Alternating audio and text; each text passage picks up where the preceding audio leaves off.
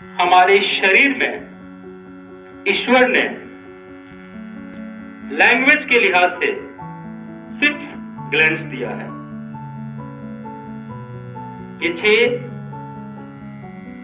हमारे ग्लैंड्स है जिनसे ध्वनि साउंड की उत्पत्ति होती है। एक बार फिर से बाहर हम देखेंगे नाक, होठ और गला, नेजल, लिप्टल, थ्रोटल। नेजल, लिप्टल, थ्रोटल। अंदर जाएंगे दांत, जीभ और तलवा, तालु। दांत, डेंटल, जीभ, टंगटल और तालु है।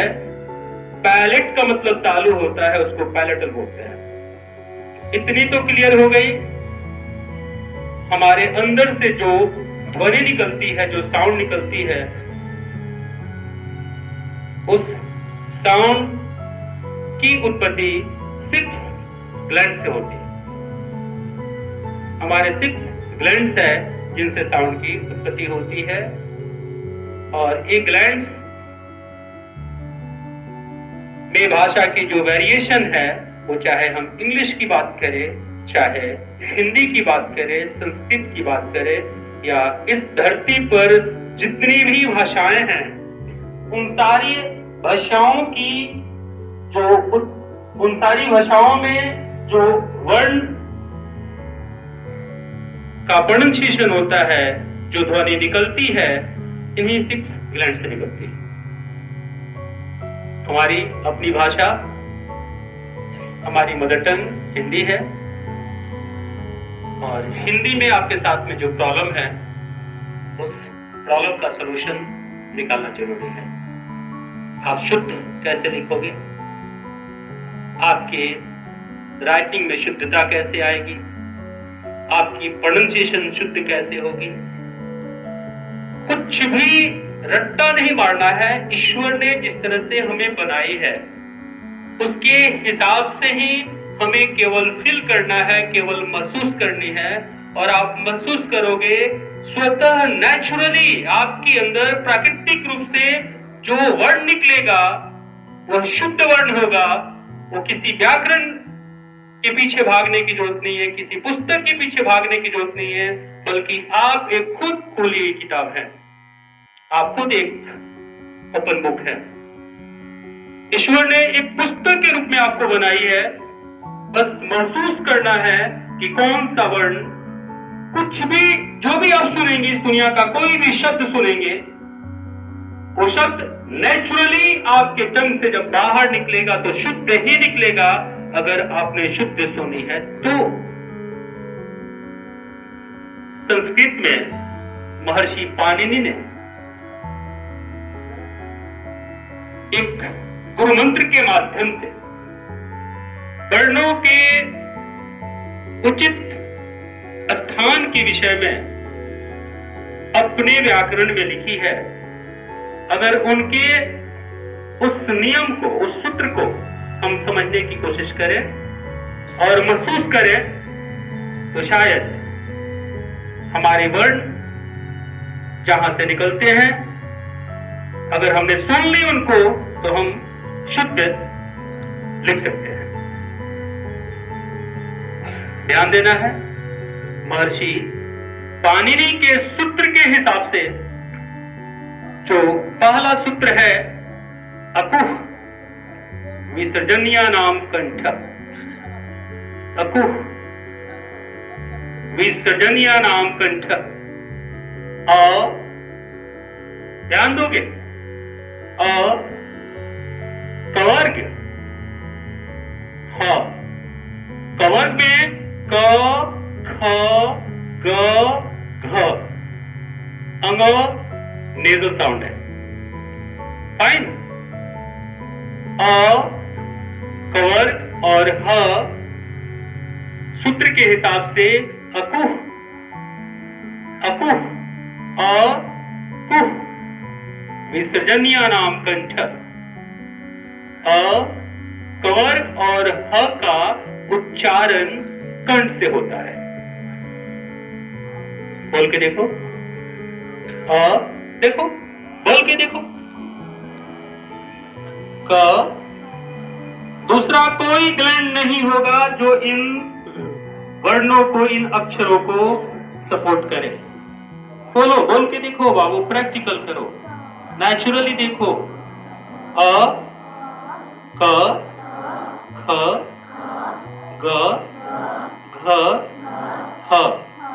क्या कंठ को छोड़कर दूसरी जगह कहीं से ध्वनि आ रही है? आ रही है? तो पाणिनि के सूत्र के हिसाब से अकुह विसर्जनीयानाम कंठ। आपके परीक्षा में, आपके एग्जामिनेशन में हिंदी से प्रश्न पूछे जाएंगे। क्या? अकुह, अ, कवर्ग और ह। नीचे से चलेंगे तो कंठ है, इसके ऊपर बढ़ेंगे तो होठ है, इसके ऊपर बढ़ेंगे तो नाक है, अंदर घुसेंगे तो दांत है, इससे बड़ा जीभ है और ऊपर चिकना तालू है। यही तो हमारे ग्लैंड्स हैं। तो नीचे से क्या क्या निकलेगा, कौन कौन से हमारे अक्षर वर्ण निकलेंगे, अभी जस्ट मैंने बताया आपको। अकुह विसर्जनीयानाम कंठ। समझ में आ गई? आपने बोल के महसूस किए? आपकी एग्जामिनेशन में, आपकी परीक्षा में पूछी जाती है अ का उच्चारण स्थान क्या है? दे देगा कंठ, तालु, मूर्धा, दंत, होस्ट। कहां है कंठ? घ का उच्चारण स्थान क्या है? ह का उच्चारण स्थान क्या है? तो क्लियर? महर्षि पाणिनि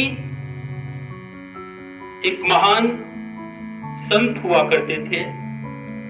इस पृथ्वी पर प्रथम व्याकरण की रचना करने वाले हमारे वही महर्षि हुए, महर्षि पाणिनि, जिन्होंने संस्कृत में पहली व्याकरण लिखी और उसी व्याकरण के आधार पर आज विश्व के भिन्न भिन्न भाषाओं की व्याकरण उनके व्याकरण को आधार बना के लिखी गई है। तो हम उस महान संत की बात कर रहे हैं, उस महर्षि की बात कर रहे हैं और उस महर्षि के सूत्रों की बात कर रहे हैं, जिन सूत्रों के माध्यम से हम अपने वर्णों को स्पष्ट करने की कोशिश करेंगे। तो पहला सूत्र क्लियर। उनका दूसरा सूत्र है इच्चु यशानाम तालु। इच्चु यशानाम तालु। ध्यान देना है, इच्चु यशा नाम तालु। ई चवर्ग तलाविश, ये सारे हमारे तालु से निकलते हैं। करो, उच्चारण करो, देखो, उच्चारण करके देखो क्या सूत्र प्रैक्टिकल है। प्रैक्टिकल है सूत्र। इच्चु यशानाम तालु। क्लियर? तो क्या निकलेगा? ई। तालु मतलब जब जीभ हमारे ऊपर जाके सट जाए, ऊपर वाले को पैलेट बोलते हैं। उस पैलेट को इंग्लिश में दो वर्गों में बांटा गया है, soft palate and hard palate. Soft palate को तालु और हार्ड को मूर्धा बोला जाता है। जो दांत से सटा हुआ खुरदरा भाग है वो मूर्धा है और उसके ऊपर जो चिकना है वह तालु है, सॉफ्ट पैलेट है। इच्चु यशानाम तालु। ई देखो तो कहां जा रहा है?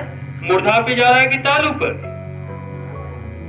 ई छ छ ज झ तलाविश कहां है ये? तो दूसरा सूत्र प्रैक्टिकल हो गई, आपने महसूस कर लिया। इच्छु यशानाम तालो, दो सूत्र क्लियर हो गए। ऋतु लतानाम मूर्धा, ऋतु लतानाम मूर्धा। ऋतु ल पर के देखो बाबू, देखो तो हार्ट पैलेट पर जा रहे हैं क्या? दांत के नीचे वाला जो खुरदरा पार्ट है, जो रफ है, टफ है, सख्त नहीं है, उस पर आपकी टंग जा रही है। ऋतु ल, देखो तो ल कहां जा रहा है? ल बोलते समय दांत के नीचे वाले जो खुरदरा पार्ट है स्पर्श हो रहा है। ऋतु त पर के देखो तो ऋतु त थ पढ़ो, थ ध ध कहां जा रहा है? तो लास्ट वाला जो होता है ना वो नेजल साउंड होता है ना, क्या है? नेजल साउंड है, नाक से निकलने वाला है। ऋतु लता नाम मूर्धा। तीनों सूत्र क्लियर हो गए। पहला क्या था?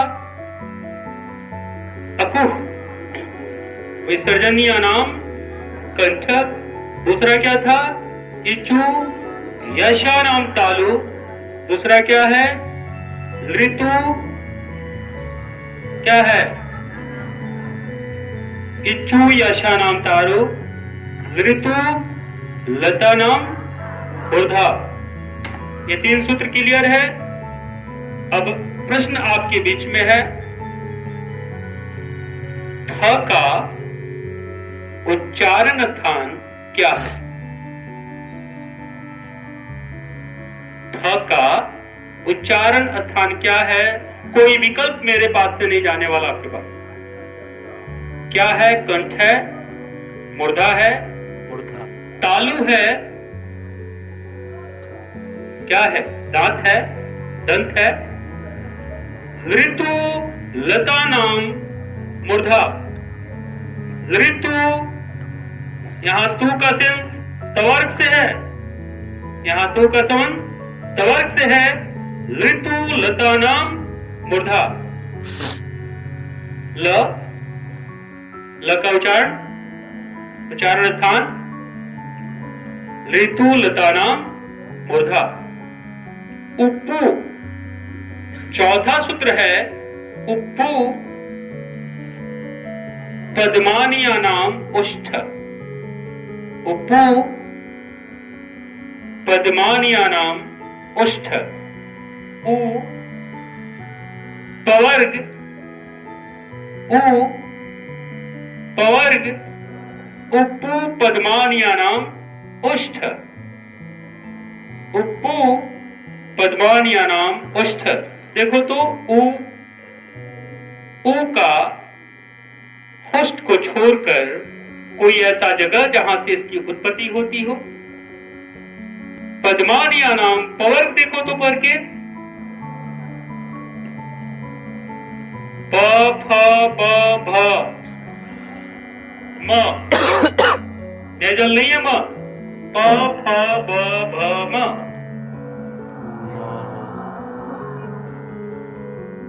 उप्पू उ और इनका प्रोनाउंसिएशन कहां से होता है?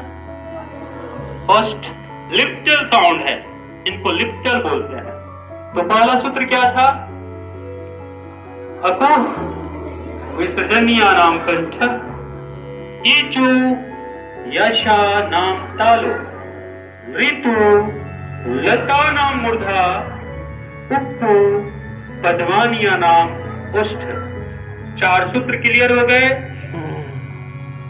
उप्पू पद्मानिया नाम उष्ठ।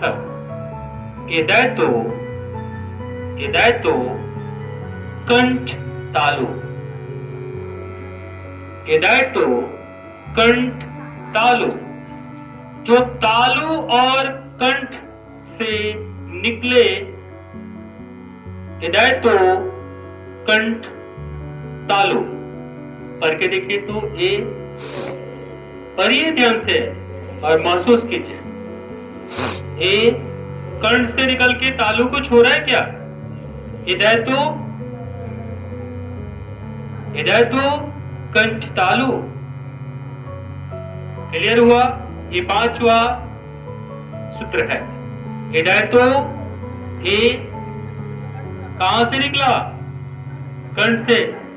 उदौतो कंठ ओष्ठम, उदौतो कंठ ओष्ठम। ओ उदौतो कंठ ओष्ठम। ओ कंठ और ओष्ठ, उदौतो कंठ ओष्ठम। वकारस्य दंतोष्ठम, वकारस्य दंतोष्ठम। ये 7 सूत्र महर्षि पाणिनि के। इन 7 सूत्रों पर अगर हम प्रैक्टिस करने की कोशिश करें, हम अभ्यास करें, तो शायद वर्णों का उच्चारण स्थान, अक्षर का जो नेचुरल प्रोनाउंसिएशन पॉइंट है, उस पॉइंट को हम आसानी से ट्रेस कर लेंगे। फिर मिस्टेक होने की संभावना बहुत कम हो जाएगी। तो 7 सूत्र समझ में आ गए। मार्केट में जाओगे, डॉक्टर बचनदेव कुमार या डॉक्टर वासुदेव नंदन,